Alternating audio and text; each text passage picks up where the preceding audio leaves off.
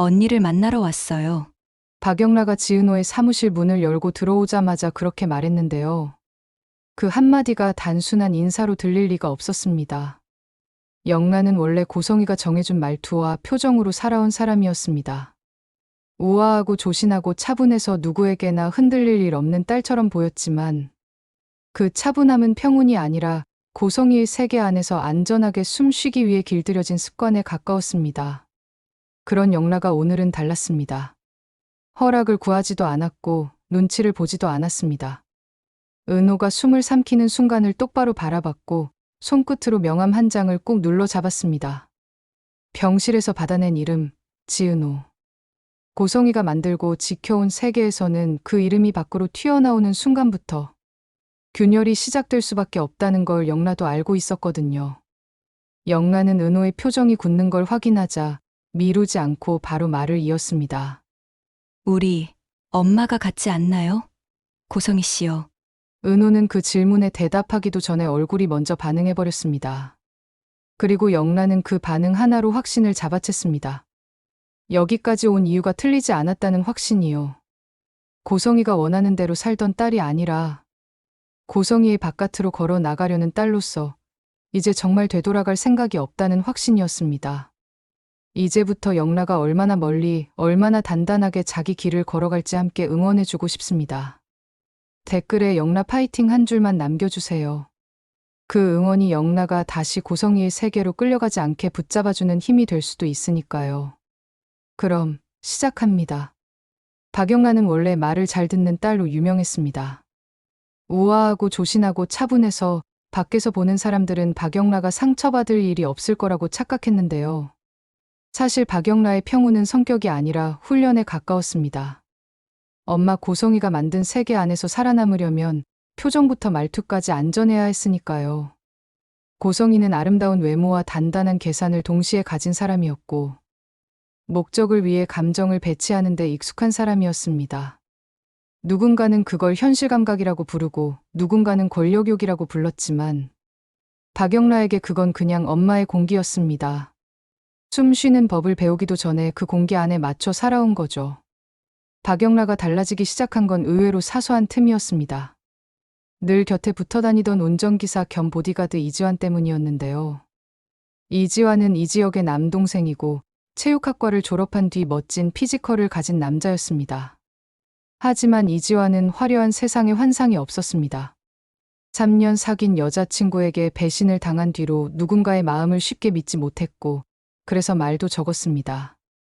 박영라를 지키는 게 일이었지만 감정을 섞는 건 피하고 싶은 사람. 그런데 그런 이지환이 어느 날 아무렇지 않게 던진 한마디가 박영라를 건드렸습니다.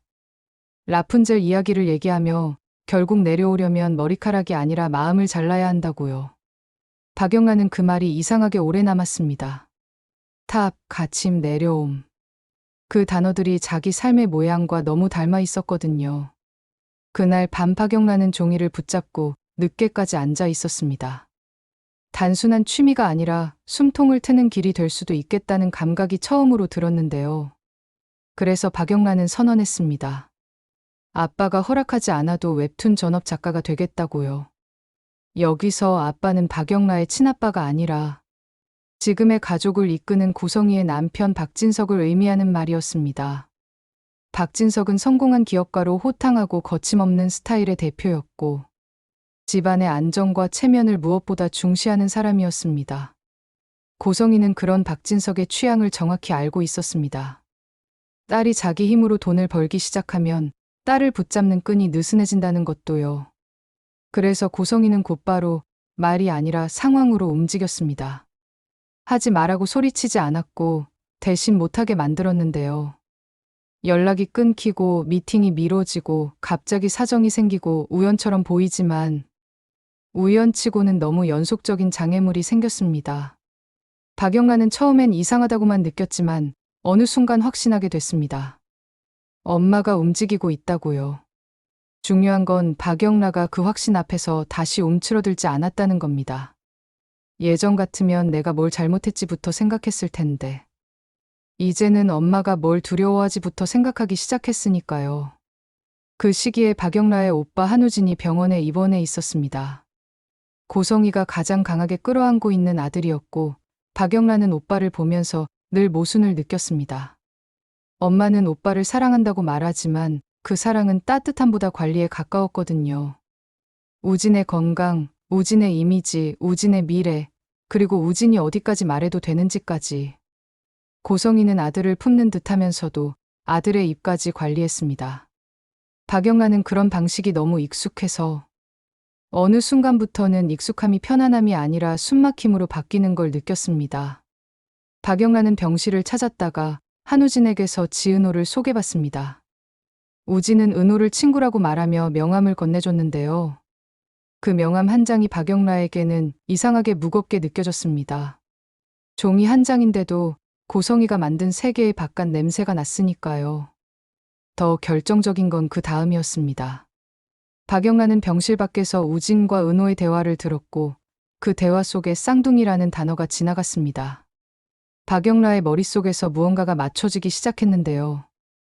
고성이가 왜 우진의 주변을 그렇게까지 통제하는지, 왜 우진이 누군가와 가까워지는 걸 싫어하는지, 왜 고성이가 과거라는 말만 나오면 표정이 굳는지, 그 이유가 단순히 가족을 지키기 위해서만은 아닐지도 모른다는 생각이 든 겁니다. 박영라에게 확신은 필요 없었습니다. 박영라는 가능성을 붙잡는 쪽이었습니다. 그리고 박영라가 강해지는 방식은 언제나 그랬습니다. 소리를 지르지 않고 한 번 움직이면 끝까지 확인하는 사람처럼요. 그날 우진은 한 가지를 더 말했습니다. 요즘 몰입해서 본 웹툰이 있는데 사실 그 웹툰 작가가 박영라 자신이었다고요. 박영라는 그 고백을 꺼내는 것조차 조심스러웠지만 우진의 반응은 예상과 달랐습니다. 우진은 비웃지 않았고 따뜻하게 응원했습니다. 고성이의 칭찬에는 늘 조건이 붙었지만 우진의 응원에는 조건이 없었습니다. 박영라는 그 순간 처음으로 확신하게 됐습니다. 내가 숨 쉬고 싶은 방향으로 가는 게 틀린 게 아니라는 확신이요. 그 확신을 안고 박영란은 움직였습니다. 지은호의 사무실로요. 박영란은 문을 열고 들어오자마자 말했습니다. 언니를 만나러 왔어요. 그 한마디가 은호를 굳게 만들었습니다. 박영란은 멈추지 않았습니다. 우리 엄마가 같지 않나요? 고성희 씨요. 이 말은 대답을 듣기 위한 질문이 아니었습니다. 반응을 보기 위한 질문이었고 박영란은 은호의 얼굴에서 답을 먼저 읽었습니다. 은호는 부정하기도 전에 시선이 흔들렸고 숨이 얕아졌고 얼굴이 굳었습니다. 박영란은 그 굳음을 붙잡았습니다. 고성이가 감추고 싶어하는 틈새가 여기 있다는 뜻이었으니까요. 지은호는 원래 책임감이 강한 사람이라 누군가가 흔들리면 먼저 자기가 괜찮은 척하는 쪽이었습니다. 특히 정순이를 엄마로 둔 지은호는 더 그랬습니다. 정순이는 남편이 세상을 떠난 뒤 식당을 운영하며 버텨왔고 딸 은호에게 마음으로 기대며 살아왔습니다. 그래서 은호는 엄마가 무너지지 않게 자신의 과거는 스스로 덮어두는 게 익숙했는데요. 박영란은 그 덮개를 손끝으로 건드렸습니다. 은호가 가장 피하고 싶었던 이름, 고성이를 꺼내버린 겁니다. 하지만 박영란은 은호를 몰아붙이지 않았습니다. 박영란은 감정 싸움을 걸지 않았고 대신 차분하게 확인을 요구했습니다. 지금 당장 모든 걸 말하라는 게 아니라 확인할 수 있는 흔적 하나만이라도 같이 찾아보자고요. 고성이가 가장 싫어하는 건 결국 기록이고 숫자고 남아있는 종이 한 장이라는 걸 박영란은 알고 있었습니다. 은호는 입술을 깨물었고 쉽게 대답하지 못했습니다. 그 침묵은 거절이 아니라 오래 숨겨온 삶이 흔들릴 때 나오는 방어였는데요. 박영란은 그 침묵을 무례하게 깨지 않았습니다. 박영란은 그저 한 발 물러서며 말했습니다. 제가 싸우고 싶은 게 아니에요. 저는 제 인생을 제 손으로 잡고 싶어요. 그걸 위해 필요한 걸 찾는 거예요. 그 말이 은호의 마음을 움직였습니다. 은호는 고성이를 폭로하고 싶은 사람이 아니었습니다. 은호는 누군가를 무너뜨리는 대신 자기 엄마 정순이를 지키고 싶었던 사람이었어요.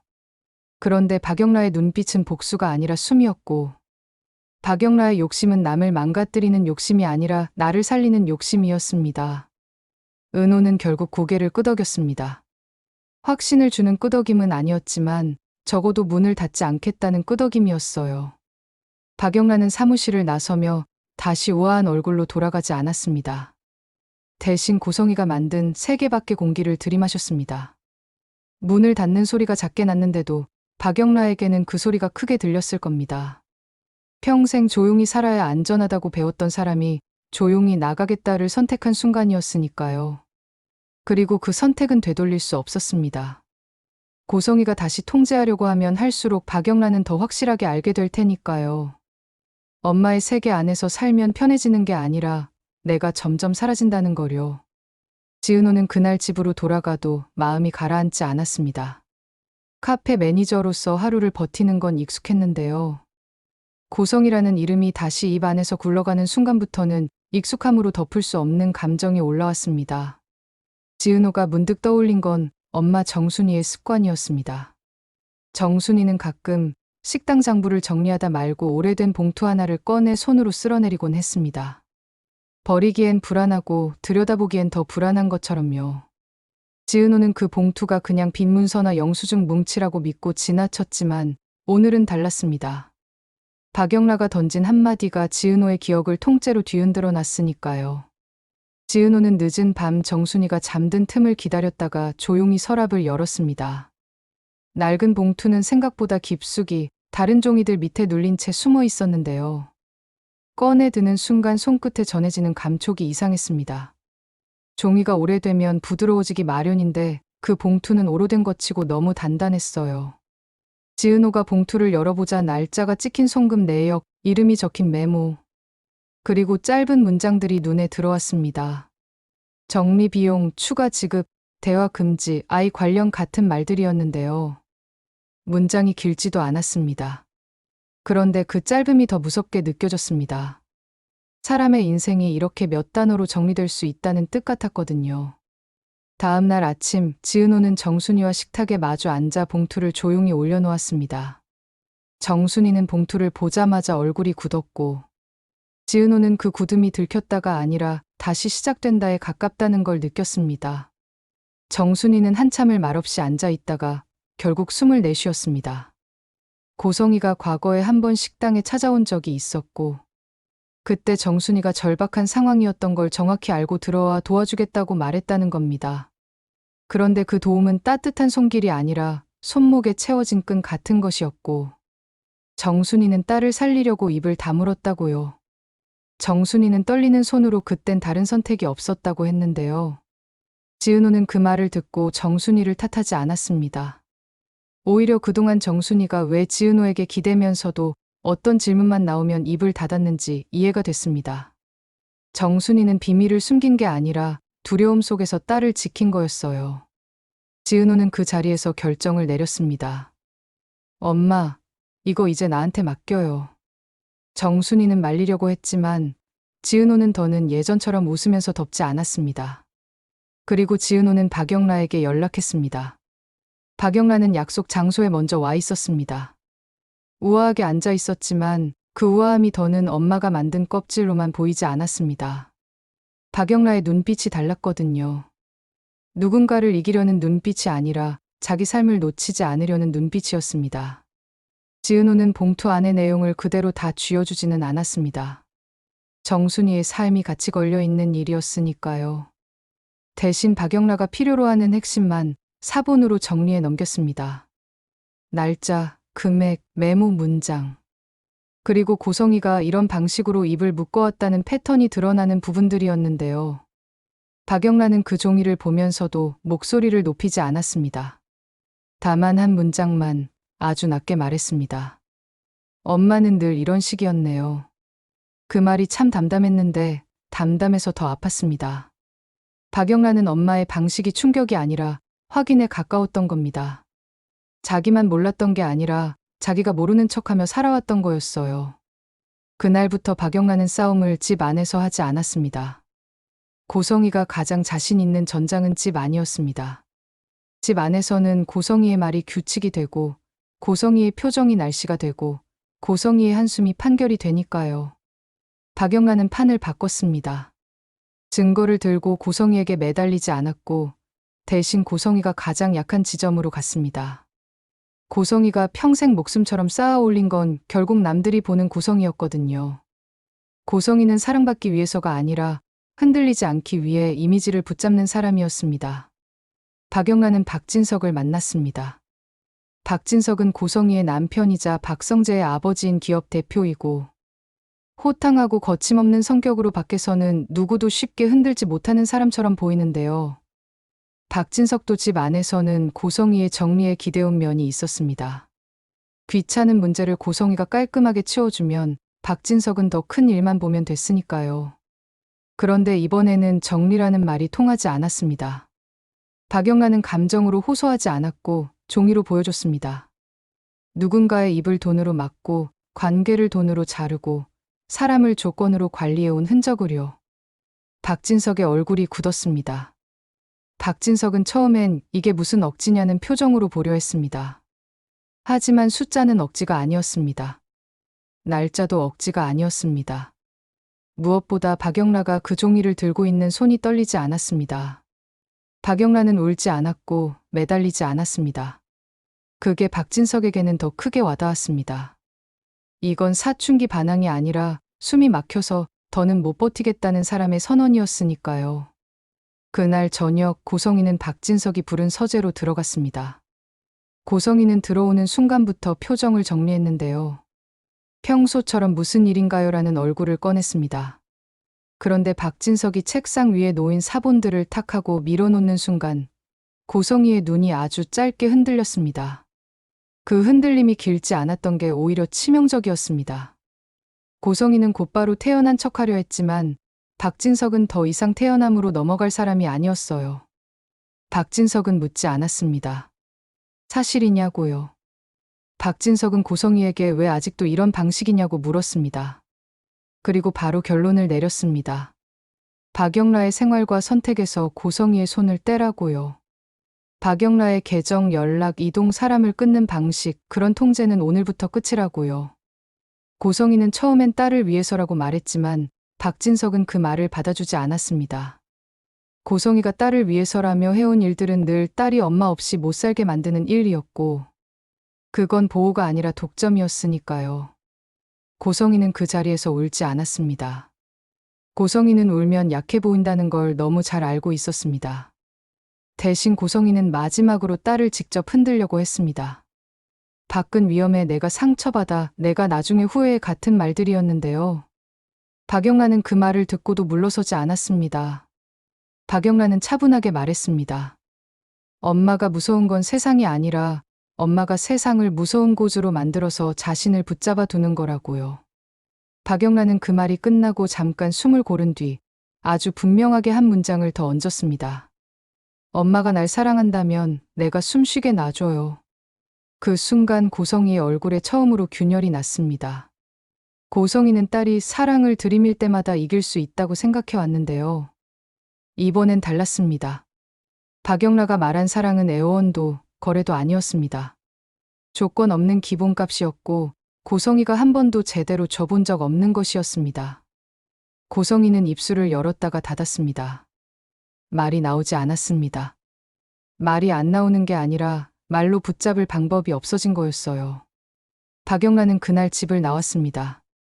드라마처럼 큰 가방을 끌고 나오지 않았습니다. 노트북과 스케치북, 그리고 자기 이름으로 살기 위해 필요한 최소한의 것만 챙겼는데요. 그게 박영라의 방식이었습니다.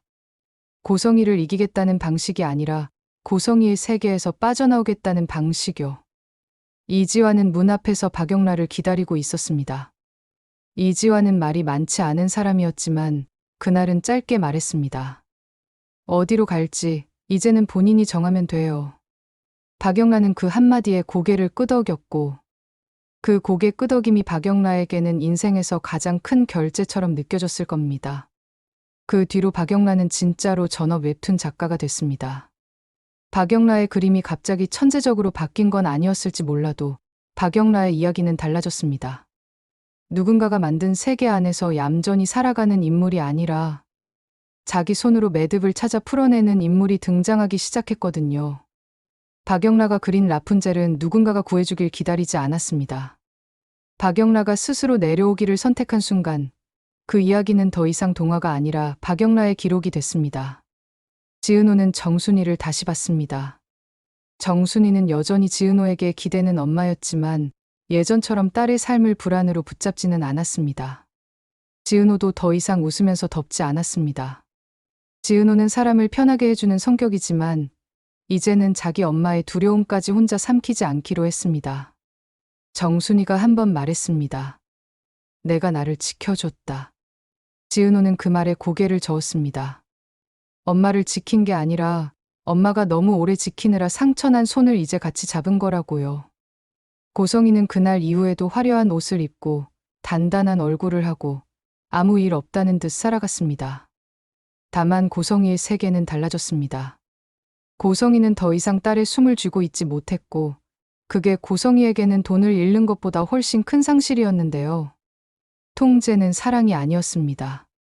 통제는 두려움이었습니다. 그리고 두려움으로 붙잡은 건 결국 소나기에서 빠져나가게 되어 있었습니다. 박영란은 어느 날 작업실 불을 켜고 조용히 첫 컷을 그렸습니다. 누가 허락해줘서가 아니라 누가 막지 못해서가 아니라 그날은 박영라가 선택한 하루였기 때문입니다. 박영란은 캔버스 위에 자기 이름을 적었고 그 이름 아래에 자신이 살아온 세계와 빠져나온 세계를 천천히 겹쳐 그려 넣었습니다. 누군가는 죄를 숨기려 했고 누군가는 그 죄를 견디며 살아남았고 누군가는 결국 자기 삶을 되찾았습니다. 그건 복수의 승리가 아니라 숨이 트이는 승리였는데요.